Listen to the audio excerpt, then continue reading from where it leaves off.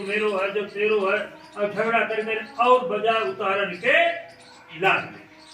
तो ऐसे न जाने जन्म जन्मांतर से बराबर हम कर्म कर्मों से लड़ते रहते हैं। और ये दयाल पुरुष आज से नहीं आए, अब से लगभग 700 वर्षों में प्रकट संत में सबसे पहले कबीर साहब। तो ये दयाल जब वहां से आए तो जीव हमारे जो है बहुत दुखी हैं, इनको बेचारों को जय नहीं मालूम कि हम आए कहां से, हम जय भूल गए। हम यही भूल गए कि हम आए कहां से और हमको मनुष्य चोला दिया क्यों गया। जय गुरुदेव, जय गुरुदेव। हमको मनुष्य चोला दिया क्यों गया। गुरु महाराज ने बताया कि गोस्वामी जी ने रामायण में लिखा है, साधन धाम मोक्ष कर द्वार। ये मनुष्य शरीर साधना का धाम है। दूसरे किसी भी शरीर में वो पावर नहीं है जो इस मनुष्य शरीर में है, इसलिए अनमोल बताया गया। देव दुर्लभ शरीर बताया गया, इससे ही उस प्रभु को पा सकते हैं। दूसरा किसी भी शरीर में वो रास्ता नहीं। सारे शरीर भोग शरीर है। यहाँ तक कि देवता लोग भी हैं, देवता लोग हैं वो भी भोग शरीर है। गुरु महाराज ने बताया था सत्संग में, एक बार भगवान कृष्ण द्वारिकापुरी से जंगल की तरफ जा रहे थे और अर्जुन रथ हाँक रहे थे। तो जब बीच जंगल में पहुंचे तो उन्हें एक चींटा दिखाई पड़ा। चींटा दिखाई पड़ा तो उन्होंने कहा कि रथ रोको। अर्जुन का हम बताओ साहब कि सामने ये चींटा देख रहे, ऐसा चींटा है, इसमें कौन खास बात। एक खास बात है कि ये चींटा 3 बार ब्रह्मा रह चुका है।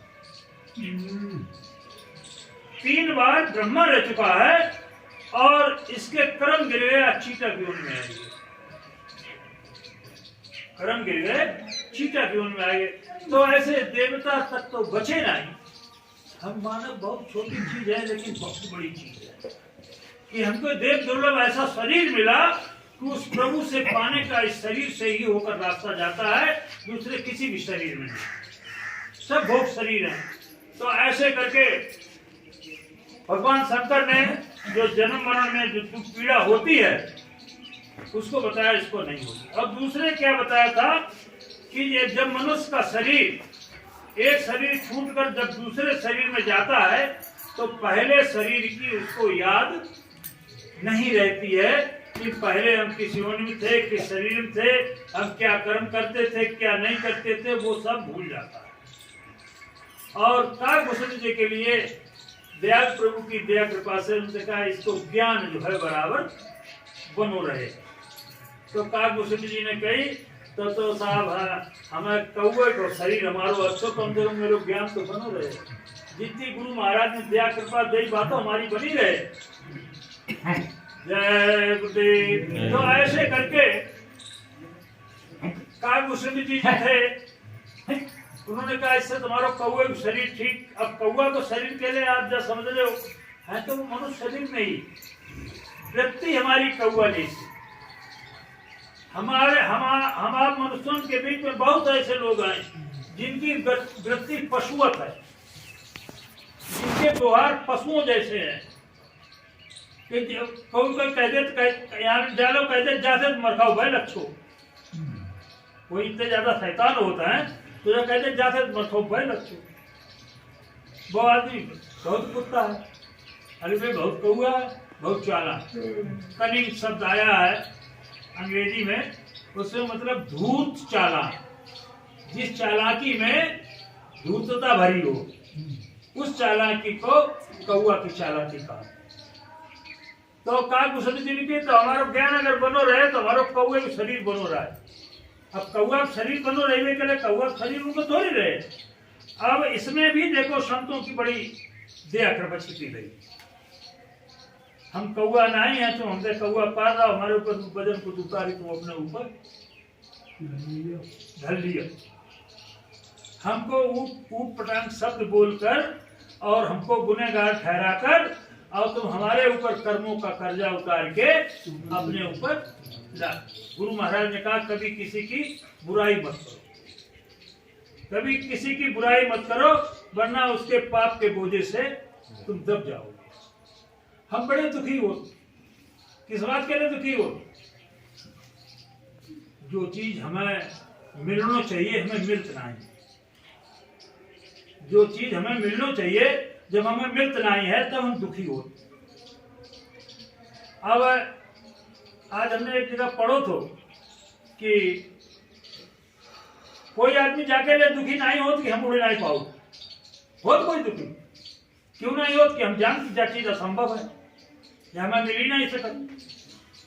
लेकिन हम दुखी किसके लिए हुई वो चाहिए, सुमरन ध्यान और भजन के लिए, बाकी लिए हम दुखी नहीं हो।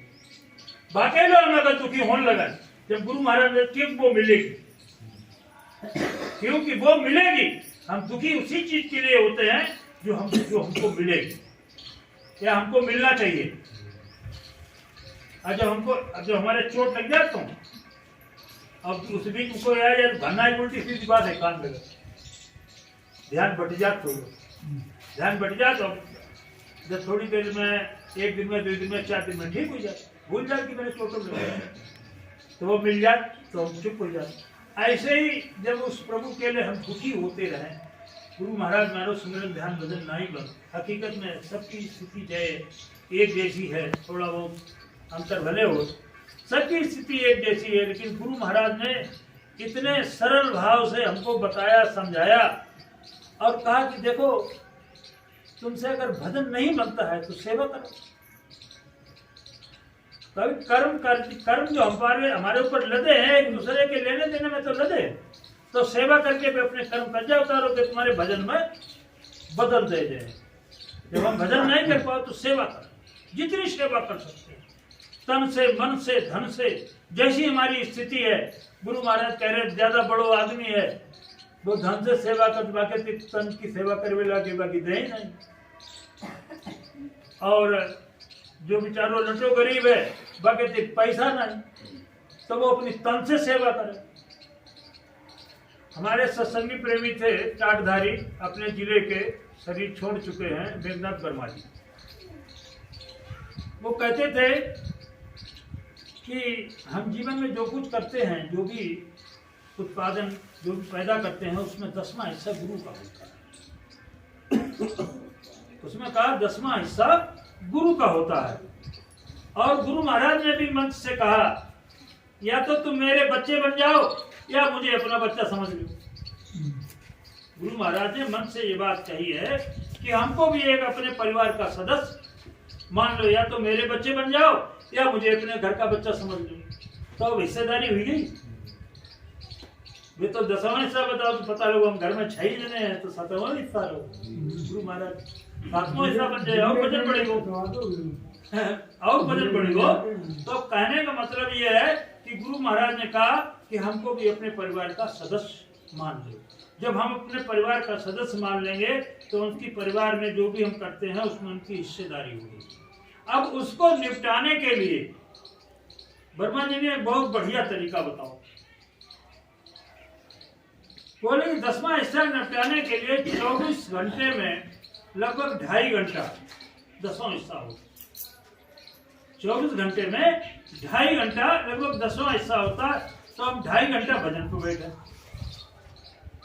तो वो 10वां हिस्सा आधा हो। क्यों गुरु महाराज कहा करते थे कि हमको कोई तकलीफ नहीं,